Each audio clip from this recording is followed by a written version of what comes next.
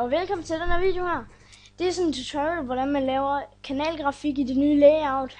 Alle er åbenbart blevet tvunget til det, og det er så også. Så der er mange, der ikke kan finde ud af at lave det. Så her kommer der sådan en tutorial med det. Ja, det er ligesom 4D R12. De programmer, vi skal bruge, det er Cinema 4D til at lave teksten, GIMP til at selve lave hele billedet, og og en GIFX pack, så vi kan lave de der baggrundsting der. Men ja, lad os starte.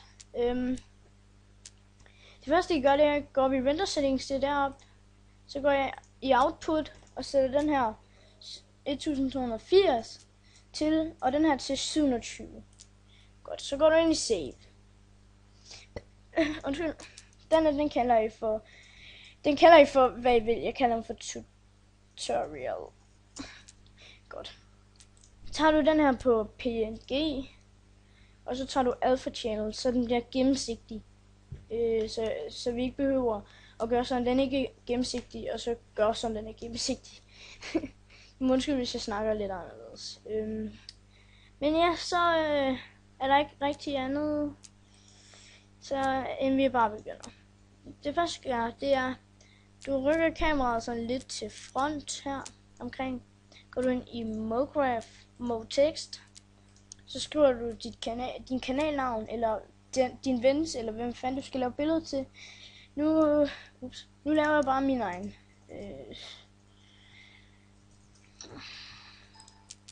Eller nej, vi kan bare kalde den for tutorial.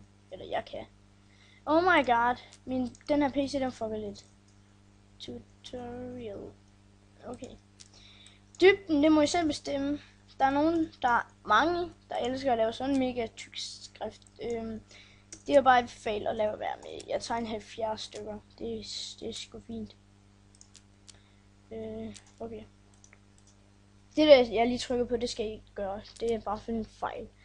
Okay, så tager jeg en font. Jeg har ikke lige så mange fonts, fordi at... Ja, det ved jeg ikke. Jeg tager den her, som jeg bruger meget til introer, faktisk. Vent i 2 sekunder, jeg har lige lavet en fejl. Jeg gør lige sådan teksten og sådan. Ja, fordi jeg har lige lavet... Godt, så er jeg lige tilbage. Nu kommer jeg bare lige for det der med fonten der. Det var Impact, min font hed. Så det I gør, det er, at I trykker på den her, og så middle. Fordi så kommer lige i midten, så I ikke behøver at gøre det. Godt så. Så skal vi gå ind i... For at gøre den lidt federe, så gå ind i caps, og så tage fillet cap og fillet cap. Og så tage en, der hedder one step. Det kommer til at se mega fedt ud. Men der er ikke lige nogen farver på, så I dobbeltklikker 2 gange hernede for at tilføje nogle farver. Den ene farve, det siger vi, den kan være blå. Man kan også selv bestemme, om man vil tage den her spekulær til eller fra. Jeg tager den fra, for jeg kan godt lide farven, når den er fra. Og så tager vi noget reflection på, en 7 stykker eller sådan noget. Nu må I selv om. Så går du herind, så tager du en anden farve, måske en rød farve. Går du ind i reflection, tager også en 7 stykker på, og så fjerner spectacular, hvis du gerne vil have den fjernet. Så det du gør, det er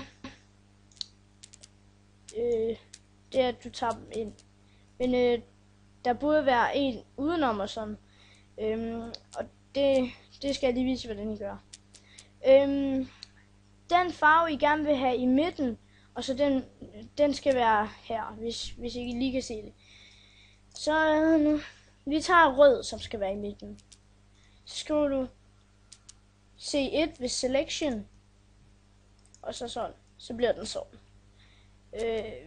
Det er lidt lyst. Men hvis det er, at du gerne vil have blå, og så rød udenom, så skal du bare flytte den her herover. Det tror jeg måske gerne, jeg vil, hvis det er, det ser fedt ud. Ups. Lad os lige se. Det ser fedt ud. Det vil jeg gerne have. Så har vi faktisk lavet teksten. Kan vi lige se i render settings. Der er ikke noget rød her. Det er fordi vi skal have noget light, noget lys. Så det laver I bare. I trækker dem sådan lidt rundt og ser om det passer. For eksempel det her, det ser sgu fedt ud. Farverne er sat godt, synes jeg. Kan I trykke her? Se, så kan man se det der i baggrunden der. Men nu sætter vi lige kameraet ordentligt, eller det der kamera, som er normalt. Det sidder nogenlunde fint med. Godt. Så for at rendere den, så skal du bare trykke her. Så har du renderet den, og så er den færdig. Så den ligger den ude på skrivebordet, eller der, hvor du har gemt den. Så jeg kommer tilbage, når det er, at den er på min egen computer. Eller den anden computer, der hvor jeg laver selve billederne. Så ja, se som lidt. Okay, så er vi tilbage. Efter den der semi-fyrlige del, så er vi det her sted. Godt så. Nu skal vi altså lave selve hele billedet. Så det du gør, det er, at du skal have et program, der hedder GIMP. Der er link til det i description. Så du kan lave de samme billeder som mig. Du behøver ikke lave det 100%, men ja. Og jeg har sagt, at I skal bruge en GFX pack. Dem kan I finde gratis på internettet. Jeg har 4 GFX packs. Men jeg bruger mest den her GFX. Der er 7 ting. Sådan nogle textures, som vi ikke skal bruge så meget. Og så nogle streams, jeg ved ikke hvad det er. Splash renders, det er også mega fedt. Og sparks, det er sådan noget gulagtigt. Og så smokes og så mange andre ting. Men ja, så er vi inde i GIMP.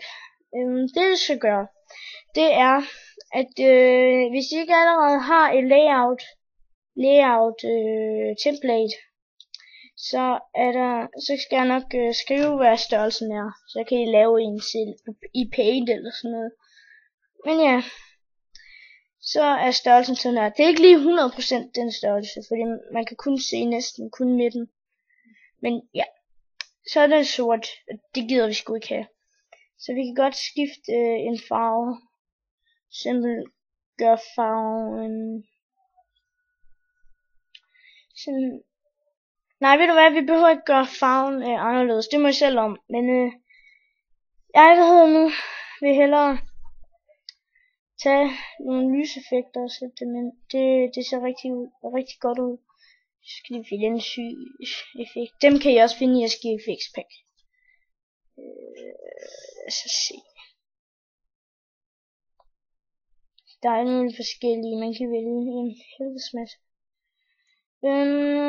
Jeg synes altså, vi skal tage den her. Den er ikke fucking, den er mega fed, synes jeg. Godt. Så kan I se, der er sorte kanter, og det går sgu ikke. Det går sgu ikke. Så vi gør bare sådan her. Gør den meget større. Eller ikke så meget. Men ja, lidt. Det går. Så du skal lære. Hvis I kan høre nogen i baggrunden, så er det bare min kusine. Godt. Så har vi gjort det. Så hvad nu? Så trækker vi din skrift ind, eller du gør det, jeg er ligeglad. Hvis du synes den er for lille, så kan du altid gøre den større. Men det er ikke, jeg synes ikke det er godt at gøre den stor. Så skal vi lige se om det passer. Den sidder ok. Godt så. Hvis du gerne vil have en eller anden Minecraft mand ind, så skal du bruge det her, der hedder Minecraft Skin Viewer. Det kan man også få gratis på internettet. Godt. Men ja, vi begynder bare med det her. Vi sætter lige på standard. Godt så. Du sætter din mand på lige, og så bestemmer du selv, hvordan du vil have dine effekter. Jamen, han skal gøre sådan her, og så gør han sådan der, og så gør det sådan, eller et eller andet. Og sådan. Og det ser lidt dumt ud. Sådan. Okay, det ser også lidt handicappet ud. Sådan her, og sådan her. Det kan godt se sejt ud. Så skal du bare trykke højre klik. Men du skal først trykke på den her gennemsigtige. Fordi så kan vi få den gennemsigtige. Så tryk gem billedet som. Så vent lidt. Så trykker du skrivebord. Eller ja. Og du kalder den bare for. Jeg kalder den bare for tutorial. Tutorial 2. Godt. Så lukker du bare den. Og så trækker du den herind. Så skal den lige sidde der. Jeg synes altså vi skal gøre den mindre. Og så, ja, når du har gjort den mindre, så skal du vide nu. Lige gøre den mindre. Lidt mere mindre. Jeg synes det er fint. Det der er sgu fint nok. Så skal du for eksempel trække den herop. Det ser også fedt nok ud, men det vil jeg ikke helt klart. Det vil jeg ikke anbefale. Så I kan godt sætte den der. Så vil jeg have en også herover. Så skal jeg bare kopiere den. Og så vil jeg nu trykke højre klik, og så lag til billedet. Så skal jeg trykke på den. Og så tryk her. Så kommer den anden side. Men du trækker den lige en ned, så det kommer den ud. Det ser fedt ud. Og hvis du gerne vil have noget andet. For eksempel kan vi tilføje noget. Jeg skal lige se hvad jeg har med min Fix. Ikke nogen lyseffekter, det kan vi sgu bruge.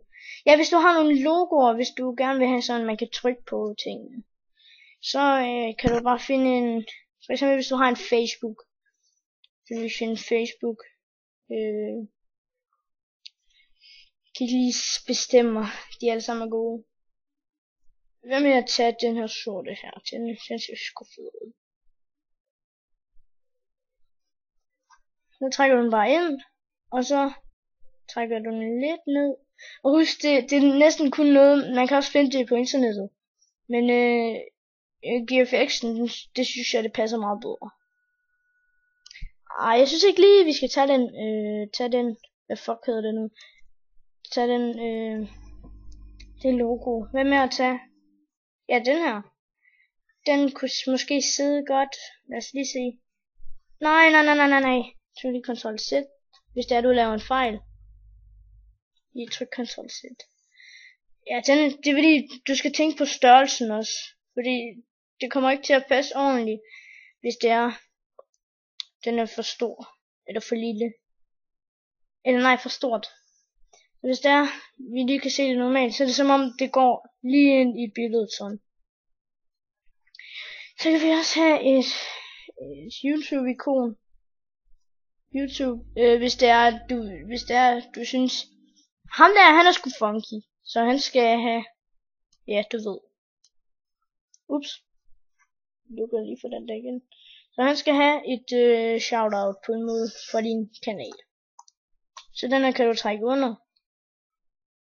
Og så kan de, jeg ved ikke lige helt om man kan gøre sådan med at trykke. Det håber jeg. Ellers så kan man bare gøre sådan noget andet. Men ja, sådan her vil det se ud. Vi kan måske tilføje noget ild eller sådan noget. Jeg har sådan, hvis du kan også finde det på internettet, det der ild der. For eksempel det her ild, How to Paint Fire. Det var min kusine det der. How to Paint Fire, den er rigtig god. Men er du sidder og lader være med grin? Okay, så finder vi lige en anden. Hvad med at finde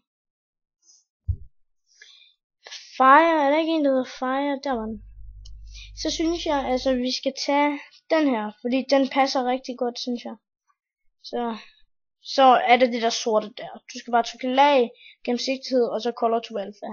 Og så tage en sort en, så fjerner den det der i baggrunden. Det er en meget godt ting, synes jeg. Men nu skal vi lige finde en ordentlig placering. Så jeg kan lige der. Det er en fin placering. Den ser lidt dum ud, så vi kan lige Ctrl-C, Ctrl-V, og så Ctrl-C, Ctrl-V igen. Den her gang, der roterer du den bare igen. Og så, nu flytter du den lidt. Ja, det er lidt fint. Og så Ctrl-C, Ctrl-V.